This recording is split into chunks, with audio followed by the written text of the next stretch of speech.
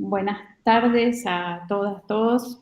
Es un gusto que estén aquí participando con nosotros en esta presentación de la Semana Virtual UNIPE. Me presento, soy Ana Pereira, vicerrectora de UNIPE y docente investigadora de la casa.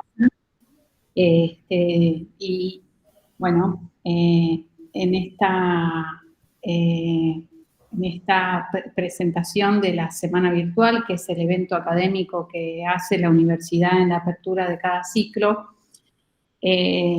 contamos con la participación de Verónica Maceira, a quien le agradecemos muy especialmente que haya aceptado la invitación a compartir con nosotros los resultados de sus investigaciones últimas. Verónica Maceira es socióloga, es doctora en Ciencias Sociales por la UBA, es investigadora, docente titular de la Universidad Nacional de General Sarmiento y profesora del doctorado en Ciencias Sociales de la UBA.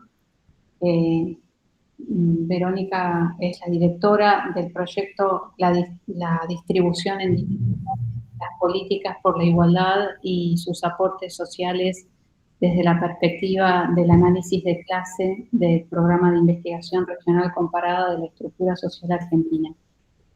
Y es la compiladora y autora del libro Clases, Actores y Políticas frente a la desigualdad social. Y entiendo que hoy nos va a estar va a estar compartiendo con nosotros resultados de su investigación. Esperamos nos ayude a comprender gran parte de lo que estamos padeciendo, sufriendo. Bueno, por supuesto, es un lujo contar con ella en esta presentación y también en este periodo tan crítico por el que atravesamos, en el cual seguir apoyando el pensamiento, la comprensión y seguir generando instancias de compartir, de pensar juntos, creemos que es lo que ayuda a sostenernos como universidades públicas. Así que, bueno, bienvenida Vero. Esta sesión la vamos a grabar, luego la grabación va a estar a disposición de todos en el canal de YouTube de la universidad, o sea que hay posibilidad de retorno y la idea es que haga su presentación y que luego abramos un espacio de intercambio con los colegas. Así que, bueno, todo tuyo, bienvenida y mil gracias. Bueno, gracias Ana, gracias a la UNIPE. El tema de hoy, la propuesta de trabajo de hoy es presentar resultados de una línea de investigación medio larga que tiene también como algunos trabajos más recientes que quizás sean los que puedan aportar un poquito más a la coyuntura.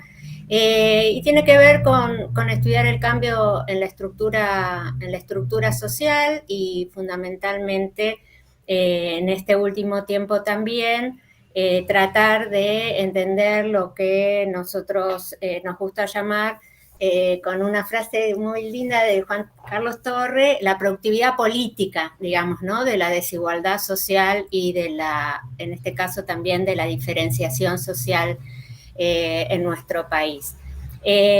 La exposición que yo pensé tiene creo que 4 momentos. Un primer momento que serían antecedentes más de largo y mediano plazo en la estructura social, entendida como en principio una aproximación a la estructura de clases de nuestro país.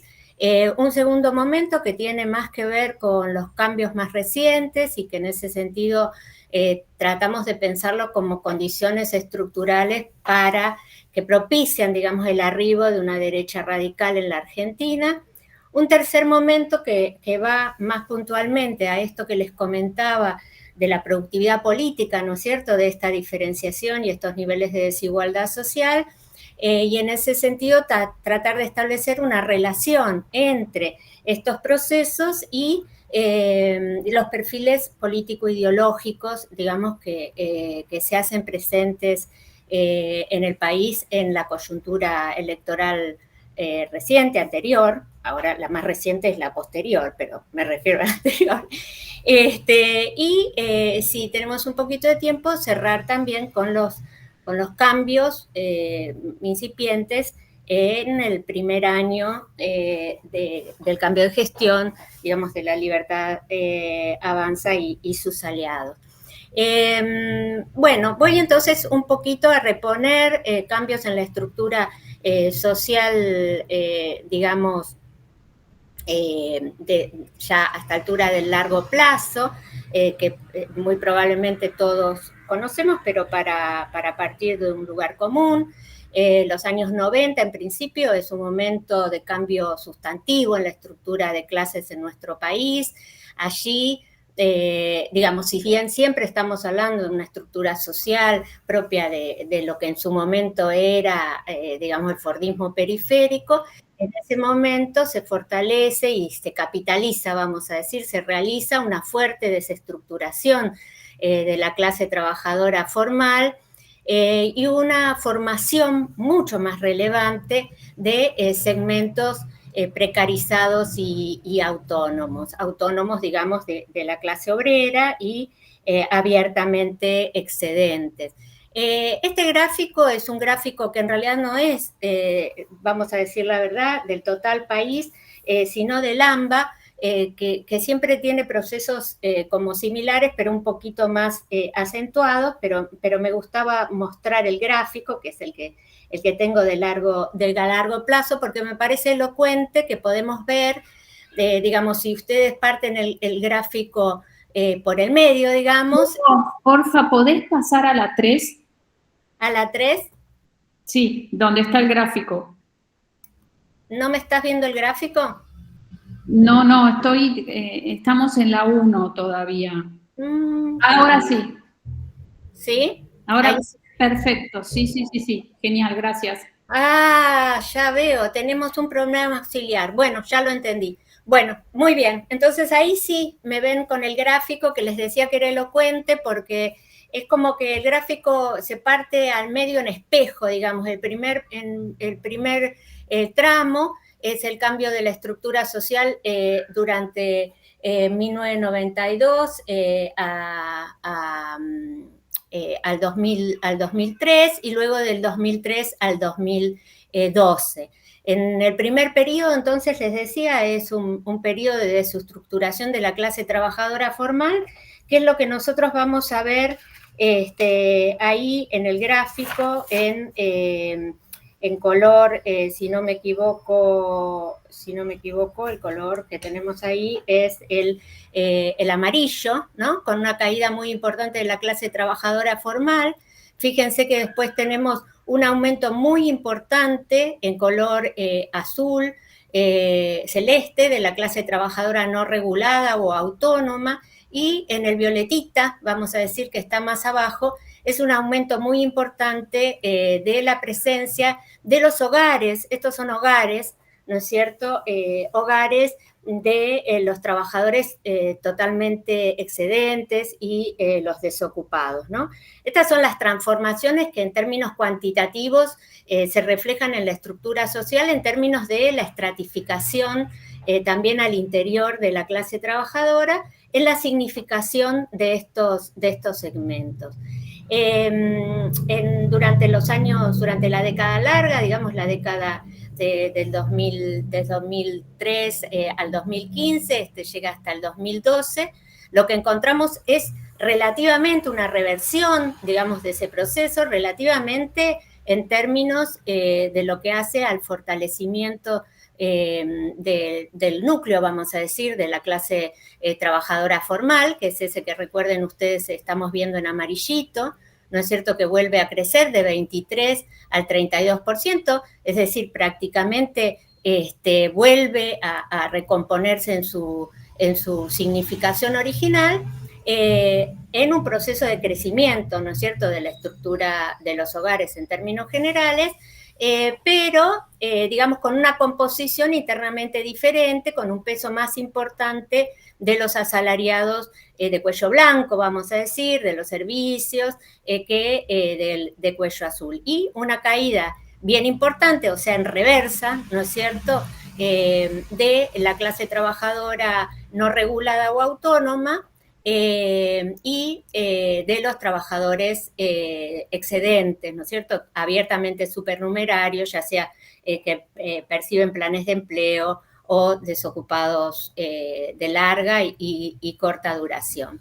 Bueno, este periodo, este proceso de más largo plazo, digamos, se da con por supuesto, con un aumento de la diferenciación social entre los hogares de distinta posición, y esto supone, digamos, en términos muy sintéticos, entre otras cosas, un aumento de las brechas de ingreso per cápita familiar de los hogares con posiciones distintas en la estructura social, especialmente, digamos, en relación a, digamos, entre las posiciones superiores de la estructura social y los asalariados registrados, operativos y no calificados, en la medida en que existió durante, digamos, el primer periodo, digamos, un ritmo negociacional muy, muy escaso, que luego se, digamos, en paritarias, que luego se retoma con muy buen ritmo, promovido por el Estado durante la década larga, digamos, y de esa manera los salarios, recuerdan ustedes, y los ingresos en general van ganándole a la inflación, ¿no es cierto? Bueno, este es el pantallazo general del más largo plazo, y sobre eso, por ahí lo que nos interesa más en este momento es lo que vamos a llamar los cambios en la estructura social en el mediano plazo. Esto es, desde el 2015-2016 hasta el periodo de la asunción del gobierno de la Libertad Avanza. ¿Qué pasa en el mediano plazo? En el mediano plazo de la estructura social, nosotros encontramos lo que llamamos con un conjunto de compañeros una doble crisis. Decimos doble crisis porque en realidad son dos crisis, digamos, porque tienen distinto origen y hacen foco en distintos segmentos de la estructura social. Van a ver ustedes que tienen efectos distintos, digamos, en la estructura social, que si bien, digamos, los experimentamos, quizás es interesante visibilizarlos con mayor claridad. Acá nuevamente tengo un pequeño gráfico, digamos, que nos muestra, digamos, esta primera crisis. La primera crisis en realidad tiene su origen en una restauración, vamos a decir, de un patrón de valorización financiera durante el corto gobierno de Juntos por el Cambio, entre el 2016, 2015 y 2019, y ahí podemos ver nosotros entonces una regresión parcial de los procesos que se habían dado de fortalecimiento de la clase trabajadora formal y, digamos, de reabsorción de ese segmento autónomo y no registrado, no regulado, digamos, de la clase trabajadora y de los trabajadores abiertamente excedentes. Entonces, en este periodo, nuevamente, digamos, este gráfico ahora sí del total de aglomerados urbanos está construido en espejo. Lo que nosotros vemos arriba de todo el gráfico es lo que sucedió, ¿no es cierto?, entre el 2003 y el 2019, nuevamente, insisto, en espejo. Ven ustedes, a partir del 2014, esta caída nuevamente de los asalariados, de lo que es la clase trabajadora formal, en ese violetita que está ahí arriba, con una caída prácticamente de 7 puntos en su significación en 4 años, ¿no es cierto? Junto con esto, o digamos un poco digamos, en contraposición, los segmentos que se van a fortalecer son, en principio, nuevamente, el proletariado asalariado precarizado, pero no tanto, digamos, el proletariado asalariado precarizado, que viene siendo el asalariado no registrado, sino más bien la clase trabajadora autónoma, informal, es decir, lo que conocemos como el cuentapropismo, de muy bajas calificaciones, de bajos niveles de capitalización, ¿sí? Que en general tiene dos formas, ¿no es cierto? Una forma es la del oficio, ¿no? Que en general más volcado a la refacción y al comercio, ¿no es cierto? Y otra forma que en ese momento empieza a crecer bastante, es lo que nosotros en las ciencias sociales conocemos más como la pequeña burguesía pobre. Es decir, son aquellos trabajadores que tienen algún nivel de capitalización, o sea, que tienen medios propios, por tanto, digamos, ya no los consideramos dentro de la clase trabajadora, pero que siguen trabajando, digamos, ellos mismos y no, digamos, no desligándose del trabajo directo, ¿no?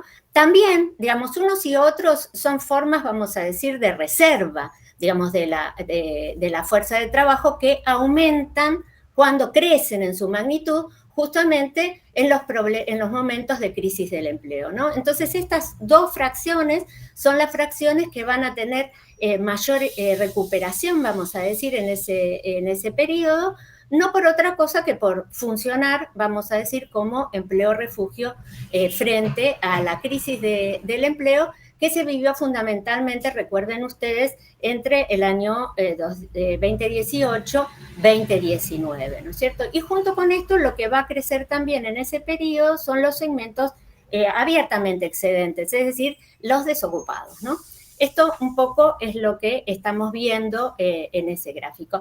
Es importante, digamos, tener en cuenta lo sucedido en esos años, porque si bien, digamos, es un periodo relativamente corto y en magnitud, digamos, no tiene mucho que ver con el descalabro, vamos a decir, que hablamos, ¿no? Durante la década de los 90, en términos de desestructuración de la estructura social, pero lo cierto es que es un punto de inflexión en relación a lo que había sido el periodo anterior. Tiene además importancia en relación a lo que empezó a pasar, ¿no es cierto? Y también en términos de punto de inflexión, en relación a la pérdida de ingresos, tanto del ingreso total del hogar, del ingreso per cápita familiar, como de los ingresos individuales en términos reales. Fíjense ustedes que aquí tenemos en este gráfico, en esta tabla,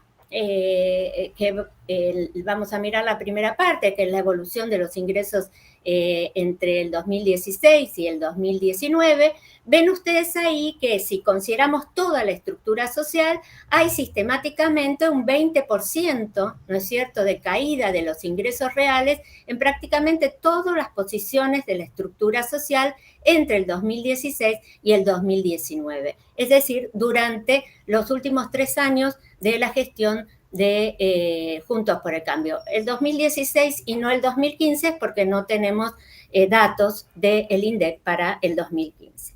Entonces, este es un momento de punto de inflexión y es la primera crisis de la doble crisis que estamos hablando. La segunda crisis es la crisis de la pandemia. Ciertamente tiene otro origen, ¿no es cierto? Es un origen sociosanitario, de crisis sociosanitaria a nivel internacional, y los segmentos más impactados van a ser otros, digamos, justamente porque el origen es otro. O sea, no ya la clase trabajadora formal, sino justamente los segmentos más informales de la clase trabajadora, aquellos segmentos que, fíjense, justamente habían sido robustecidos en la crisis anterior, habían crecido en la crisis anterior, fundamentalmente los segmentos autónomos de la clase trabajadora, este cuentapropismo de baja calificación y bajo nivel de capitalización, y también los trabajadores excedentes, Los trabajadores y trabajadoras, por supuesto, el segmento precarizado. Fíjense que estos son los que van a quedar más expuestos ante la situación de la pandemia y son los que sufren con mayor intensidad el costo de esta crisis. Ciertamente recordemos ustedes, recordemos nosotros y lo vamos a mencionar muy rápidamente, hubo durante este periodo políticas muy activas, ¿no es cierto?, por parte del Estado, tanto de sostén del empleo como de asistencia directa a los segmentos más desaventajados. Ciertamente, una y otra política tuvieron, digamos, una magnitud en términos de asistencia totalmente diferente y una frecuencia también distinta. Estamos hablando, en el primer caso, recuerden ustedes, el ATP, ¿no es cierto?, que sostuvo el empleo registrado durante todo el periodo, versus, digamos, lo que fue el IFE, que sin duda fue una asistencia novedosa, una política interesante, pero de bajo nivel de cobertura o menor nivel de cobertura, menor frecuencia sobre todo, porque se realizó 3, a lo sumo 2 o 3 veces durante todo el periodo y también por un monto muchísimo menor. Entonces, si bien los distintos segmentos de la clase trabajadora fueron atendidos o considerados por parte de las políticas públicas durante el periodo, el impacto también de esa política fue muy diferencial y como recordamos bien que fue conversado durante el periodo, esto aumentó, por supuesto, la desigualdad social. Fíjense ustedes acá lo que tenemos son los niveles tan distintos, digamos, de retención y de expulsión, ¿no es cierto?, de segmentos de la estructura social en relación a su inserción económica. Por supuesto, los segmentos mucho más impactados fueron los segmentos autónomos, ¿no es cierto?, porque, digamos, dependían de sus propias posibilidades de trabajo, sobre todo, digamos, entre los sectores medios, ¿no?, los autónomos profesionales y técnicos, los pequeños empleadores, pero al interior de la clase trabajadora, que es lo que ustedes tienen ahí más que recuadrado, englobado, lo que vemos es que los más afectados justamente fueron los asalariados no regulados de bajas calificaciones, es decir, el segmento informal pero asalariado. ¿Por qué? Bueno, porque justamente fueron despedidos de sus puestos de trabajo sin ninguna posibilidad de mantener el ingreso. Bien, entonces, este es el impacto más grande durante ese periodo. Es importante, quiero remarcar un poco qué fue lo que sucede a partir de la pospandemia, ¿no es cierto?, el periodo que podemos considerar entre el 2021 y el 2023. Me interesa más que nada hacer hincapié en cuál es la caracterización que tenemos del periodo, ¿no? La caracterización que nosotros hacemos del periodo es de un periodo de recuperación económica y del empleo sin distribución del ingreso. Esto es importante considerar porque, digamos, durante todo este periodo lo que vamos a ver es una recuperación acelerada de este segmento formal de la clase trabajadora, en el marco de un crecimiento del PBI, especialmente de la industria y de la construcción, que llega hasta julio del 2023. Esto, fíjense, es interesante, se los voy a tratar de mostrar acá, ahí va, si me siguen un poco. Fíjense, es lo que está circulado en rojo, ¿no es cierto? La recuperación del segmento asalariado regulado, ¿no es cierto?, de la clase trabajadora. Fíjense que entre digamos, entre el gobierno, el final de la gestión de Juntos por el Cambio y el final de la gestión de Unión por la Patria, de Alberto Fernández, recupera bastante, a pesar de la caída tan importante que hubo durante la pandemia, su significación en la estructura social. Esto se da, y vemos ahí también, digamos, sobre todo en la clase trabajadora informal, una recuperación, digamos, del asalariado no regulado. Se mantiene la clase trabajadora autónoma, lo que no logra recuperarse después de la pandemia al mismo nivel de, digamos, de significación, y tampoco lo hace hasta ahora, es la inserción de las trabajadoras en casas particulares, y hacia fines del 2023 teníamos un nivel de desocupación muy baja, y por eso la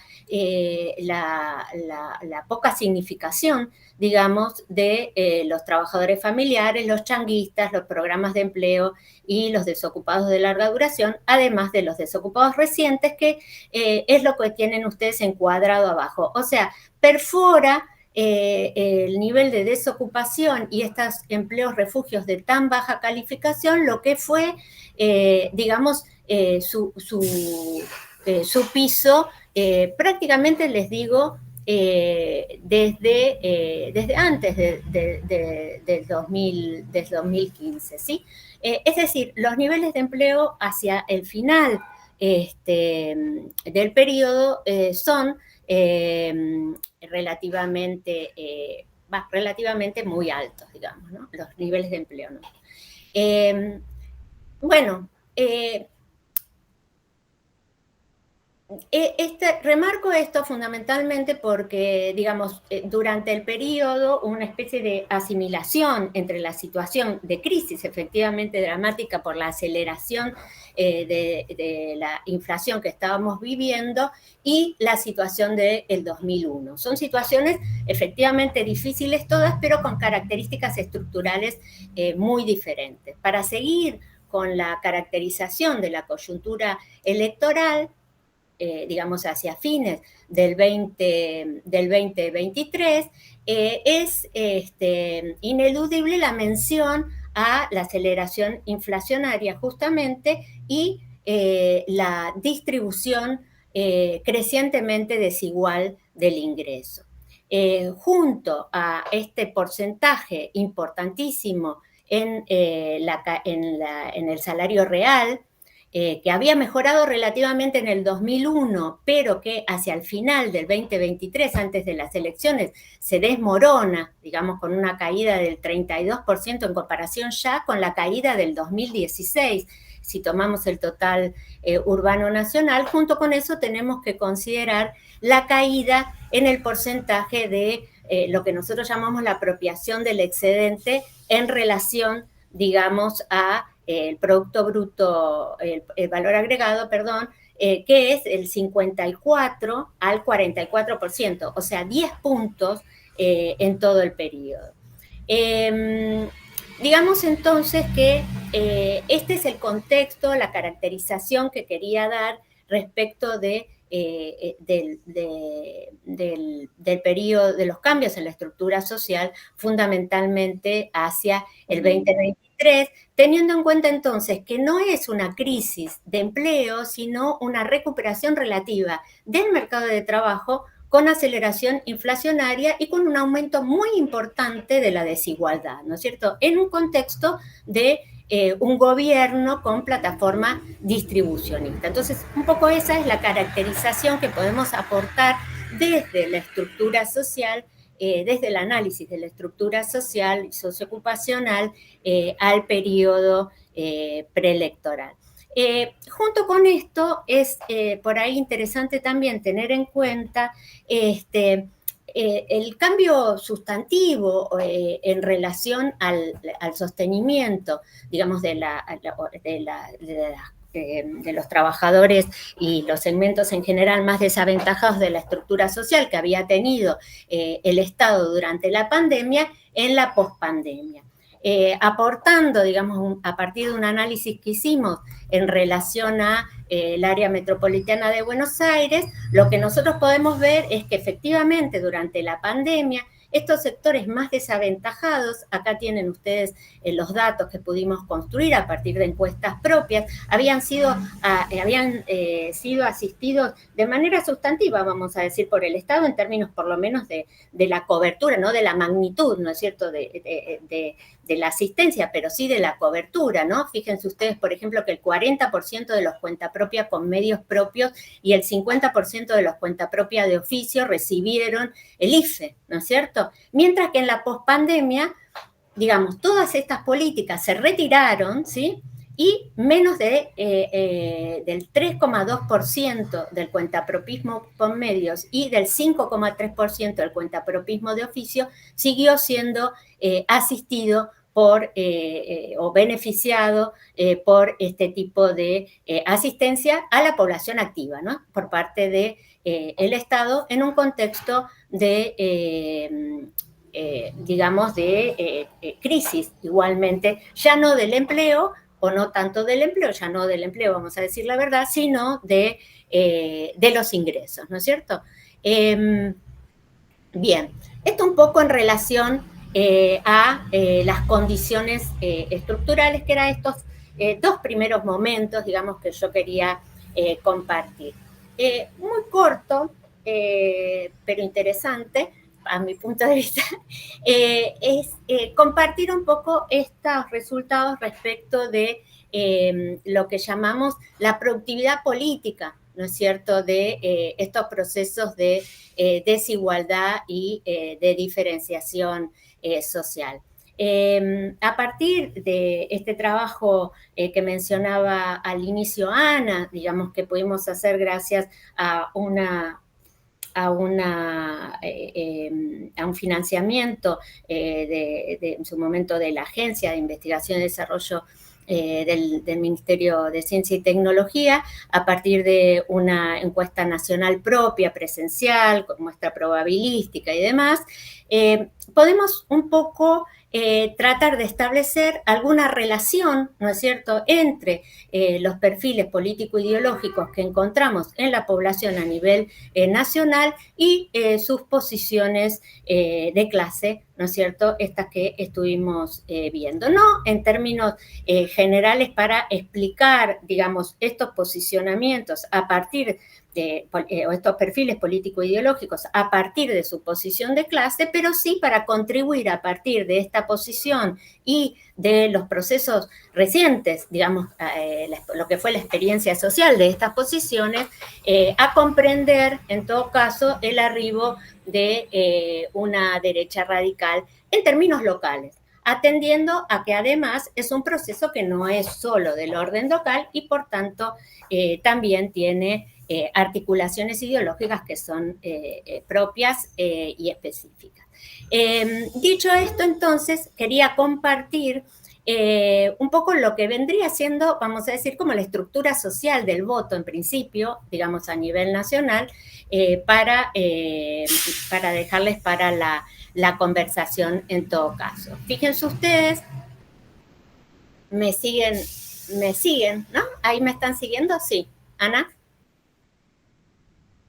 Sí, se ve perfecto. Se ve perfecto. Bueno, tenemos en pantalla entonces un análisis de lo que es el voto en segunda vuelta presidencial según posición de clase. Esto ha sido bastante, digamos, en todo caso conversado, pero acá, digamos, atendiendo a las herramientas que tenemos en relación a las posibilidades de profundizar en la caracterización social de la población, ¿no es cierto?, vemos quizás con un poquito más de claridad a nivel nacional cómo se perfilan, cómo votan, cómo se alinean en todo caso las distintas clases y segmentos. Aquí, digamos, como dimensiones que contribuyen a la explicación del voto, en principio, en términos agregados y en la segunda vuelta, porque, digamos, el voto en primera vuelta permite ver otras cosas que en todo caso después puedo referir. Pero el voto en segunda vuelta, que es el voto de la polarización, lo que observamos es que efectivamente la Libertad Avanza tiene un voto mucho más importante entre los empresarios y gerentes y en lo que consideramos la pequeña burguesía estrictamente dicha, ¿no es cierto? Es decir, los autónomos profesionales y técnicos, y junto con ellos, justamente, estos autónomos con medios propios y cuentapropistas de oficio, que de ninguna manera pueden ser considerados dentro de lo que son en todo caso los estratos superiores, digamos, de la estructura social, pero que claramente también tienen un apoyo mayor y una inclinación mayor o se sienten interpelados, digamos, de mayor manera por la propuesta de la Libertad Avanza. Por otro lado, digamos,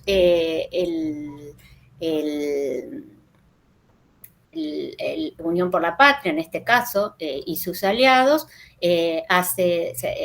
basa fundamentalmente en los directivos medios y los jefes y profesionales, jefes y profesionales tanto del ámbito público fundamentalmente como en menor medida del ámbito privado.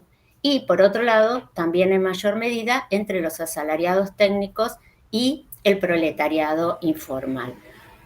Mientras que el asalariado regulado de calificaciones medias y bajas, es decir, lo que consideramos como el corazón, ¿no es cierto?, de la clase trabajadora, es un problema. O sea, claramente se encuentra mucho más disputado. Es decir, acá hay al menos tres dimensiones, ¿no es cierto?, que están atravesando. Una, por supuesto, es la de clase, ¿no es cierto?, los empresarios y gerentes frente y la pequeña burguesía, ¿no es cierto?, propiamente dicha, frente a los sectores más subordinados. Otra es el nivel de calificación, niveles de calificación más altos, efectivamente, de alguna manera son indicadores también de mayores niveles educativos y en ese punto también es una dimensión importante del voto. Junto con esto, otra dimensión sumamente importante es la distinción entre el ámbito público y el ámbito privado. Claramente el bastión, vamos a decir, del peronismo y el progresismo en la Argentina son los profesionales del ámbito público y en menor medida el proletariado informal, al menos a nivel nacional. A nivel del AMBA, que hemos hecho un estudio específico en el AMBA, el proletariado informal, particularmente, digamos, los más desaventajados de la estructura social, son un bastión muy importante del peronismo. Y bueno, y junto con estas dimensiones tenemos la dimensión que también atraviesa, que es la del trabajo, digamos, asociativo, del trabajo colectivo, o la inserción, digamos, en posiciones de trabajo colectivo y demás, versus lo que son las posiciones individualizadas, ¿no es cierto?, de los autónomos, que también parece jugar ahí, digamos, jugar en términos de las posiciones económicas, en parte por las condiciones estructurales que traté un poquito de ir trayendo a lo largo de la exposición anterior. Fíjense ustedes que estos autónomos con medios propios y cuentapropistas de oficio son aquellos que digamos, crecen como reserva, ¿no es cierto?, de la fuerza de trabajo, reserva en el sentido, digamos, que son expulsados o que no logran acceder al mundo de trabajo formal, y por otro lado, son segmentos que no cuentan con una asistencia o una consideración en términos de políticas públicas para la población activa, sustantiva y con persistencia a lo largo del tiempo, ¿no? Estos segmentos son segmentos que logran ser interpelados, digamos, ya desde Juntos por el Cambio, ¿no es cierto? Es decir, con toda una construcción que ustedes seguramente conocen bien, digamos, y desde el ámbito de la reflexión pedagógica seguramente y educativa seguramente se ha seguido, ¿no es cierto?, en términos de, digamos, en términos de emprendedurismo, ¿no es cierto?, de individualismo positivo y demás, que ese es un trabajo, vamos a decir, ideológico que realizó con mucha claridad en su momento la propuesta de Juntos por el Cambio, y después, a partir del fortalecimiento, ¿no es cierto?, de la Libertad Avanza, esta otra, vamos a decir, operación ideológica que es, digamos, la de captar, ¿no es cierto?, la atención de este segmento y encontrar, en todo caso, la posibilidad de una confrontación con aquello que ha sido como significado como la casta y demás, supuestamente privilegiado, digamos, por las políticas públicas, ¿no? Digamos, este alineamiento político es un alineamiento político que, por supuesto, tiene algo de coyuntural, como todos los alineamientos políticos, ¿no es cierto? Pero también, digamos, los posicionamientos políticos ideológicos y el estudio un poquito más en profundidad de eso nos permite ver que digamos, que estamos hablando, digamos, de perfiles ideológicos diferentes. Por ejemplo, digamos, acá tenemos un primer análisis respecto de, insisto, a partir de este registro de la encuesta, ¿no es cierto?, un primer análisis de los criterios de justicia a partir de los cuales se justifican justamente, se legitiman las intervenciones del Estado por parte de los distintos grupos sociales. En ese sentido, también me pareció interesante traerlo porque entiendo que por ahí, digamos, digamos, desde el ámbito de la educación es bien puede ser productivo, digamos.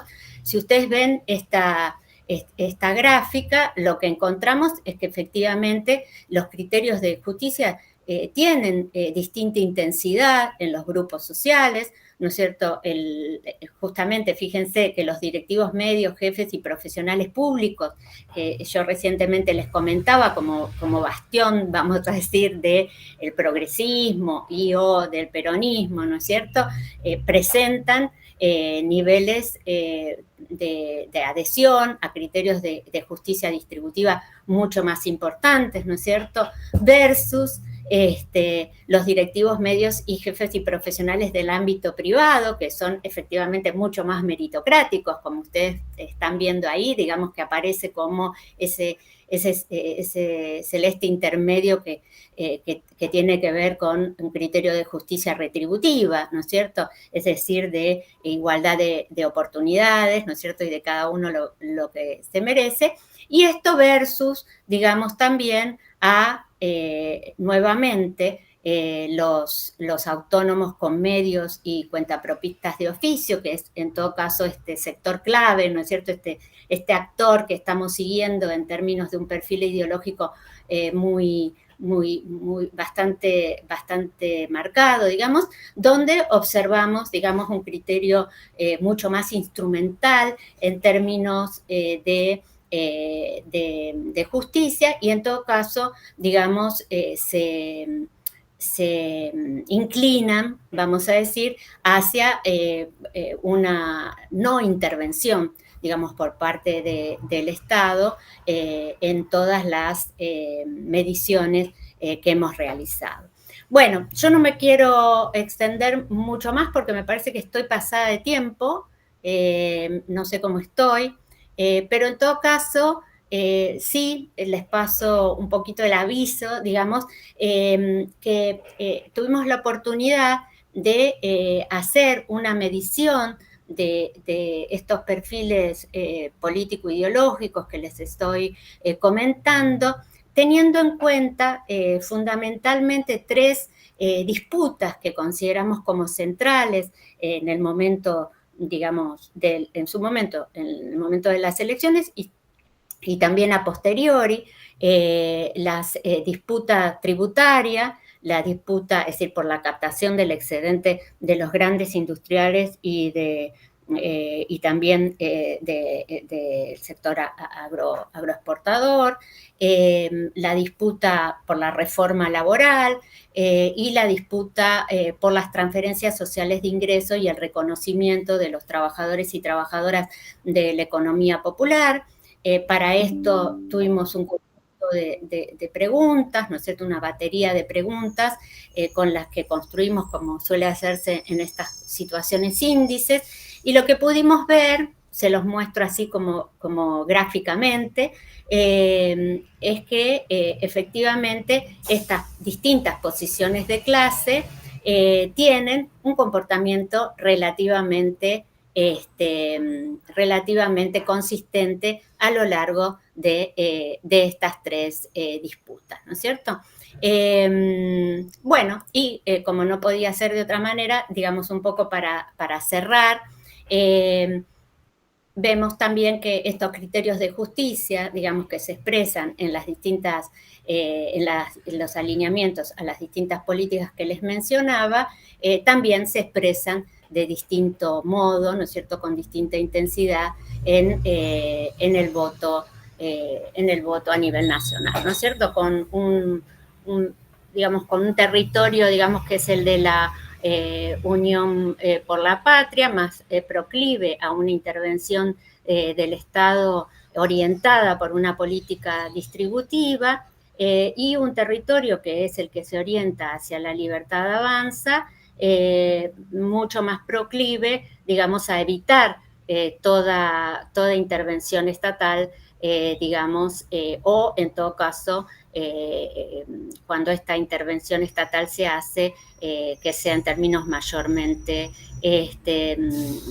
retributiva, es decir, de igualdad de oportunidades y en algún sentido también crecientemente meritocrática. Bueno, hasta acá lo que les voy a compartir en términos generales para no aburrir más. Y en todo caso, les dejo algún aviso respecto de trabajos sobre este último periodo muy cortito, ¿no es cierto?, del primer año de la Libertad Avanza, donde las tendencias en el cambio de la estructura social son muy, muy incipientes, justamente a pesar de, o sea, incipientes como para no marcar tendencia, pero sustantivas, ¿no es cierto? Bueno, Vero, muchísimas gracias. La verdad que una exposición hermosa, sumamente interesante, desafiante. Bueno, contamos hasta aquí con la presencia de Daniel Di Bartolo. Un gusto saludarlo a Daniel acá. Gracias igualmente, Ana.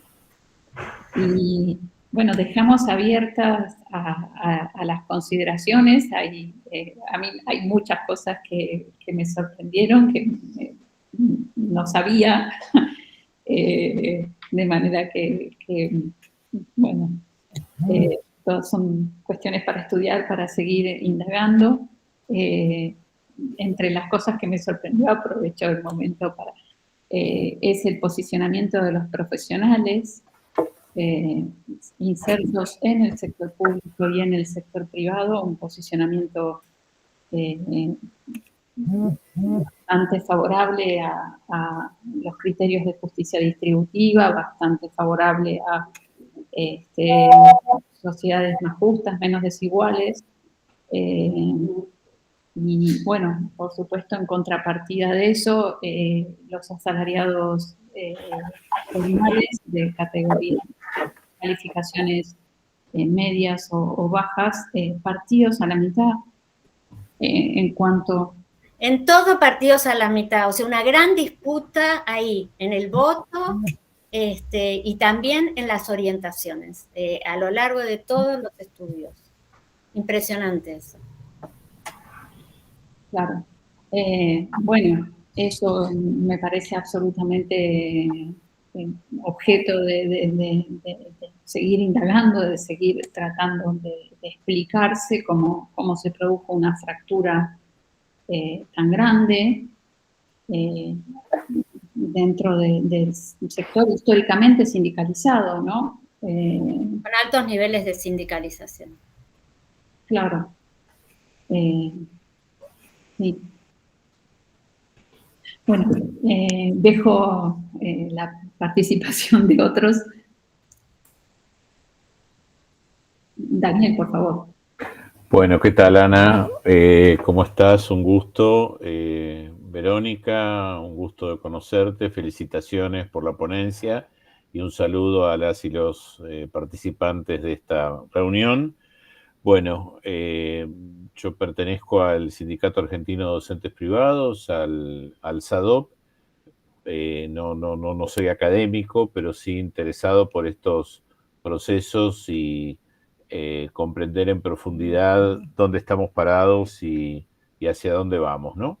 Digamos, seguí con atención las distintas categorías expuestas en la charla y su fundamentación, y una de las conclusiones así prima facie, digamos, que saco sería qué importante que hacia el interior del movimiento de las y los trabajadores, cualquiera fuera su encuadramiento, digo esto, CGT, como estamos nosotros, CTA, etcétera, nos demos un profundo debate que tenga en cuenta esta modificación sustancial de la estructura de clases en la Argentina y cómo impacta esto en el cambio político. La verdad, Verónica, ojalá podamos en otras oportunidades con otras organizaciones poder difundir este estudio que nos permite de algún modo plantear un marco para la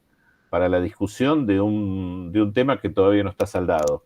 Cómo respondemos desde el movimiento de los trabajadores, que expresa mucho más que el sindicalismo organizado tal como lo conocimos históricamente, a estas nuevas características epocales. Así que nuevamente felicitaciones y gracias por tu aporte y por supuesto, Ana, la UNIPE, por esta semana virtual invierno.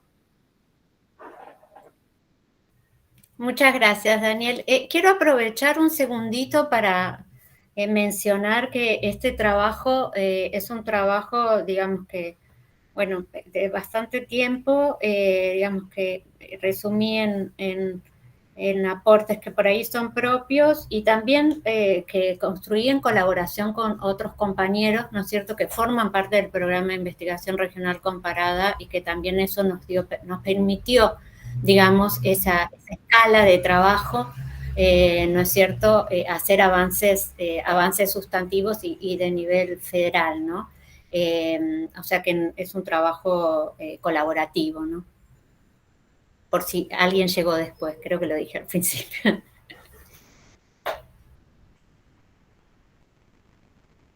Bueno, Vero, también aprovecho un segundo para preguntarte sobre las preguntas con las cuales midieron la cuestión de los criterios de justicia, cómo eso lo fueron elaborando, cómo fue el mecanismo de medición, porque eso es un otro criterio no habitual en la estadística socioocupacional. Sí, sabía que te iba a interesar este tema. Hicimos una cédula, por supuesto, propia.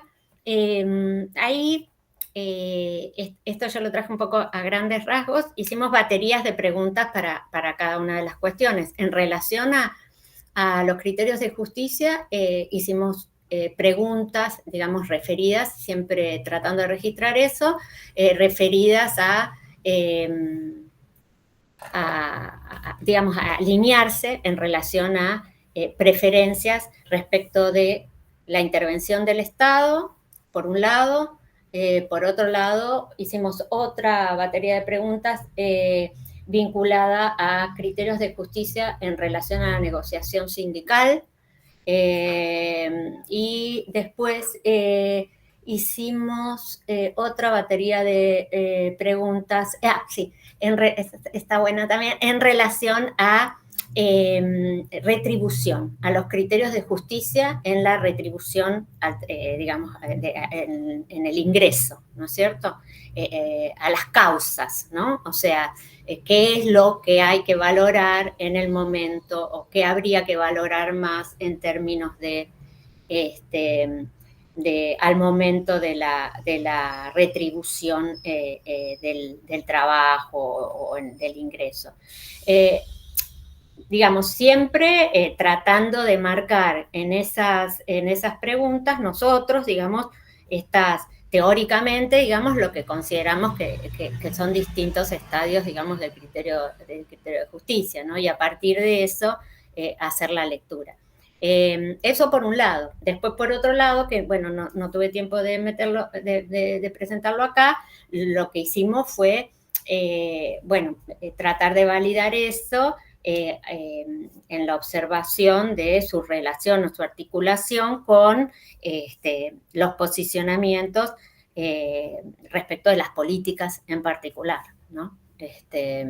Que un poco, bueno, digamos, lo de las políticas en particular es importante y tiene su relevancia en términos de conocer el posicionamiento, digamos, en relación a esas disputas concretas, digamos, del periodo que estamos atravesando, y por otro lado también, digamos, para ver en qué medida se validan, digamos, estos criterios en esos posicionamientos, ¿no?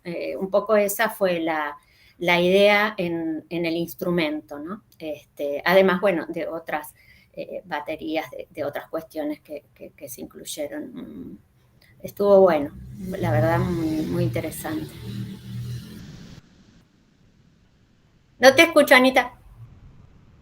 De mi parte no tengo más que palabras de agradecimiento. Dejo ahí en el chat el acceso al libro que Verónica está comentando, que fue publicado por la Universidad de General Sarmiento, y hay una versión PDF de acceso libre, de manera que esperamos que esta presentación haya servido de estímulo para ir a buscar este material, en donde seguramente encontraremos, bueno, mucho de lo que Verónica también compartió con nosotros hoy.